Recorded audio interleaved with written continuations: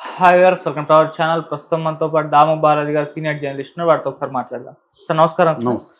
Sir మంచు ఫ్యామిలీలో గొడవలు తారాస్థాయిలో చేరిపోవడం మనం చూస్తున్నాం. సార్ మంచు మనోజ్ గారు అయితే ఎన్నో ఆరోపణలు కూడా చేస్తున్నారు. అంటే మోహన్ బాబు గారి ఆ విద్యా సంస్థలు అరాచకాలు అక్రమాలు జరుగుతున్నాయని ప్రెస్ నోట్ కూడా రిలీజ్ చేశారు. అయితే దీన్ని ఎంక్వైరీ చేయడానికి కొంతమంది జర్నలిస్టులు కూడా విద్యా సంస్థలకు వెళ్తే అక్కడ వాళ్ళపైన కూడా అటాక్ జరిగిందని చెప్తున్నారు.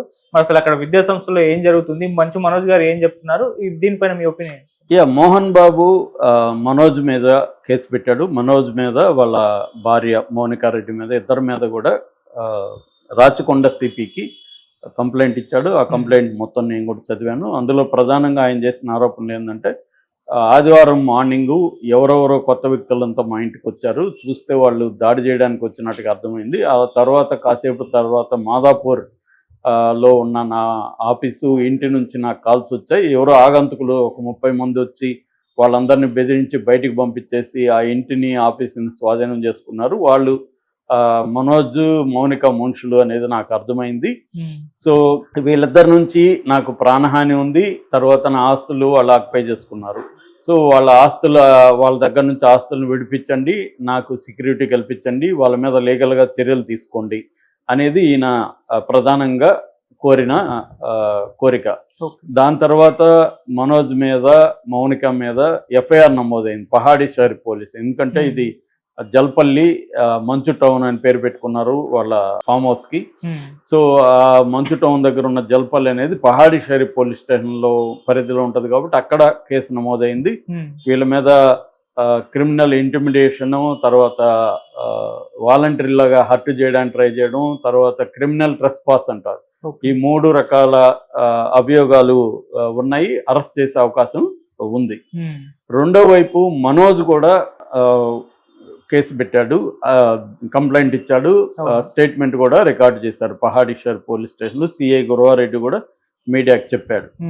అయితే ఎప్పుడైతే వీళ్ళ నాన్న డీటెయిల్గా ఈ సిపి కంప్లైంట్ ఇచ్చాడు కమిషనర్ ఆఫ్ పోలీస్కి, తను కూడా మనోజ్ కూడా ఒక ప్రెస్ నోట్ రిలీజ్ చేశాడు.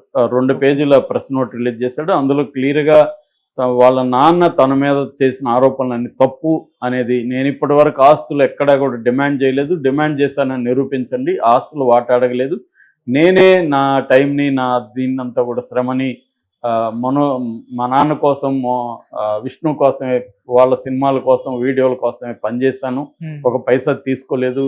నేను ఇప్పటికి కూడా గర్వంగా చెప్పుకుంటున్నాను, నా సంపాదన నా మిత్రుల సహకారంతోనే నా పిల్లల్ని పెంచుకుంటూ నా భార్యతో నేను ఉంటున్నాను.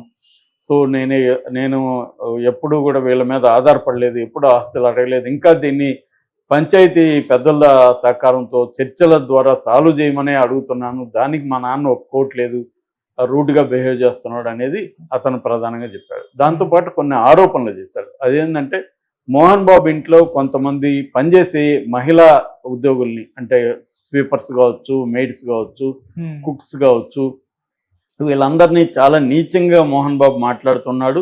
వాళ్ళు చాలా బాధపడుతున్నారు. దాన్ని నేను వాళ్ళ అనుమతితో కొన్ని సాక్ష్యాలు కూడా నా దగ్గర ఉన్నాయి, కలెక్ట్ చేశాను అనేది మోహన్ బాబు మీద డైరెక్ట్గా ఆరోపించాడు.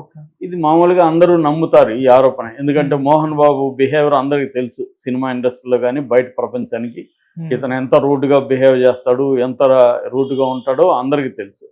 కాబట్టి ఈ ఆరోపణలో వాస్తవం ఉందంటే ఉందనే నమ్ముతున్నారు. ఎందుకంటే గతంలో కూడా హీరోయిన్లు కొట్టడం కావచ్చు, ఈ తన సినిమాల్లో పనిచేసే చిన్న చిన్న నటుల్నిగా కొట్టడం కావచ్చు, డైరెక్టర్ని తరిమి కొట్టాడు అనే వార్తలు కూడా ఉన్నాయి. మోహన్ బాబు కాంపౌండ్ అంటే కొంత భయం అనేది అందరిలో ఉంటుంది. పెద్ద హీరోల్లో కూడా మామూలుగా నైట్ డ్యూటీ చేయన, నైట్ షిఫ్ట్ చేయని వాళ్ళు కూడా మోహన్ బాబు సినిమా అంటే నైట్ షిఫ్ట్ చేస్తారు. సో అటువంటి నాకు 2-3 యాక్టర్స్ చెప్పేవాళ్ళు, మేము మోహన్ బాబు సినిమాలకు తప్ప ఇంకెక్కడ చేయం సార్, అక్కడ చేయకపోతే మాకు కుదరదు అని చెప్పిన వాళ్ళు ఉంటారు. సో ఇవన్నీ మనకి సినిమా ఇండస్ట్రీలో ఉండే వాళ్ళకి తెలుసు, బయట కూడా తెలుసు. సో ఈ కాంటెక్స్లో ఇతను ఆరోపణ చేశాడు. రెండో ఆరోపణ 1 year నుంచి దుబాయ్లో విష్ణు ఉన్నాడో, అక్కడ ఎందుకు ఉన్నాడో అందరికి తెలుసు అన్నట్టుగా దాంట్లో మాట్లాడాడు. అంటే అక్కడ ఏదో తప్పు చేస్తున్నాడు అన్నట్టుగా మాట్లాడాడు. మరి దుబాయ్లో ఆయన ఎందుకు ఉన్నాడో తెలియదు. నిజానికి ఆయన ఎందుకు ఉండాలో మనకి చెప్పాల్సిన అవసరం ఏం లేదు. కాకపోతే వీళ్ళ గొడవల నేపథ్యంలో ఇది ఆరోపణ వచ్చింది. మూడో ఆరోపణ, అక్కడ విద్యానికేతన్ ఇన్స్టిట్యూట్స్లో అనేక అక్రమాలు జరుగుతున్నాయి, దాన్ని నేను బయటపెట్టి వాళ్ళకి మద్దతు ఇచ్చాననే నా మీద కక్ష కట్టారు విష్ణు కానీ ఇతను కానీ. అక్కడ ఆ బాధ్యతలు చూసుకునే వినయ్ అనే వ్యక్తి నన్ను కొట్టింది కూడా అతనే అని కూడా విష్ణు మనోజ్ చెప్పాడు. ఈ నేపథ్యంలో గత కొంతకాలంలో కూడా ఇది కూడా వాస్తవమే. ఎందుకంటే అక్కడ విద్యా సంస్థల్లో ఫీజులు ఎక్కువ కలెక్ట్ చేస్తున్నారు. మధ్యాహ్నం భోజనం కంపల్సరిగా అక్కడే తినాలని రూల్ పెట్టి ఆ భోజనానికి డబ్బులు వసూలు చేస్తున్నారు. ఆ భోజనం కూడా వీళ్ళు తీసుకునే డబ్బులకి సరిపోయేట్టుగా లేదు. ఇళ్లలో నుంచి తీసుకుపోవడానికి అలౌ చేయట్లేదు. రకరకాల ఫీజుల పేరుతో విపరీతంగా వసూలు చేస్తున్నారు అని అక్కడ కొంతమంది పేరెంట్స్ కూడా గతంలో కంప్లైంట్లు ఇచ్చారు. అవన్నీ వార్తలు వచ్చాయి. సో అప్పుడు కూడా మంచు మనోజ్ కూడా ట్వీట్ చేశాడు వాళ్ళకి మద్దతుగా. అప్పుడు దాన్ని వీళ్ళంతా వ్యతిరేకించారు. అదేంతా ఏమి లేదని వీళ్ళు బుకాయించారు. కానీ అక్కడ పేరెంట్స్ అయితే కంప్లైంట్లు ఉన్నాయి. వీళ్ళ ఇన్స్టిట్యూట్స్ లో ఫీజులు ఎక్కువ అన్న కంప్లైంట్స్ అయితే ఉన్నాయి.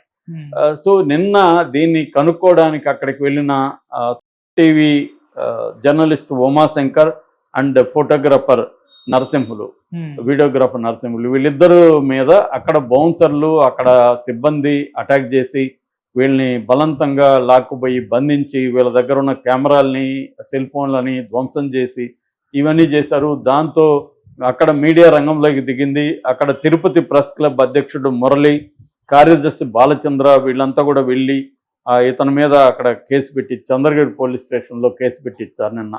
అంటే ఇది ఒక లేటెస్ట్ తార్కాణం. ఒక పక్క ఇక్కడ ఇవి జరుగుతుంటాయి, ఇంకొక పక్క జర్నలిస్టుల మీద దాడి. వాళ్ళు ఎందుకు వెళ్ళారు? వివరణ కోసం వెళ్ళారు. ఇట్లా మనోజ్ మీ మీద కంప్లైంట్ ఇచ్చాడు కదా, ఈ ఇన్స్టిట్యూట్లో జరుగుతున్నాయని మీరేమంటారని. సో మేమేమంటామంటే అనేదన్నా చెప్పాలా, లేకపోతే సైలెంట్గా ఉండాలి. దాడులు చేయడం ఏంటి? సో ఇది ఇంకా మోహన్ బాబు ఇమేజ్ని బ్యాడ్ చేస్తుంది. సో ఈ నేపథ్యంలో ఆల్రెడీ సమస్య పరిష్కారం కోసం మంచులక్ష్మి ముంబై నుంచి వచ్చిందని చెప్తున్నారు. కానీ ఆమె మాట ఇద్దరు కూడా వినట్లేదు. మోహన్ బాబు కానీ మనోజ్ కానీ ఇద్దరు కూడా ఇంకా పబ్లిక్ అయిపోయారు. మోహన్ బాబు కూడా ఫస్ట్ టైం నాకు తెలిసి ఇప్పటి వరకు వీళ్ళ ఫ్యామిలీ అంతా కూడా దీంట్లో ఏమీ లేదని డినై చేస్తూ మీడియా మీద ఆరోపణలు చేస్తూ మీడియా ఛానళ్ళ మీద దౌర్జన్యంగా వాళ్ళని మోయించడం ఇవన్నీ కూడా చేశారు. మనం గతంలో కూడా చూసాం. కానీ ఇవాళ ఏమైంది? మీడియాది కరెక్ట్ అని తేలింది కదా. మీడియాది ఏమీ అబద్ధాలు చెప్పట్లేదు. మీడియా ఈ సమస్యలు ఉన్నాయి. సమస్యలు మీరు సెలబ్రిటీ ఫ్యామిలీ కాబట్టి మీ మీద మామూలు ఫ్యామిలీల మీద మీడియా డిస్కస్ చేయదు. రెండోది ఏంటంటే పబ్లిక్గా మీరే బయటికి కంప్లైంట్ ఇచ్చుకున్నప్పుడు ఎందుకు డిస్కషన్లకి రాదు? వస్తుంది కదా, మీద ఒకటే కదా, అందరిదే వస్తుంది. మొన్నటి వరకు రామగోపాల్ వర్మదేవి వచ్చింది, అంతకుముందు అఘోరది వచ్చింది. ఇట్లా ప్రతిదీ వస్తూనే ఉంటుంది. అంతకుముందు జానీ మాస్టర్ వచ్చింది, రాజ్ తరుణ్ వచ్చింది. ఎవరిది విడిచిపెడుతుంది?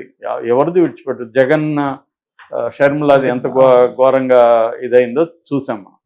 కాబట్టి ఇక్కడ మీడియా తప్పేం లేదు. సో ఈ కాంటెక్స్లో ఈరోజు విష్ణు వచ్చాడు. యాక్చువల్గా నిన్నంతా కూడా ఇంకొక వార్త కూడా వైరల్ అయింది. అదేమంటే చిన్న శ్రీశైలం యాదవ్ అని సినిమాలకి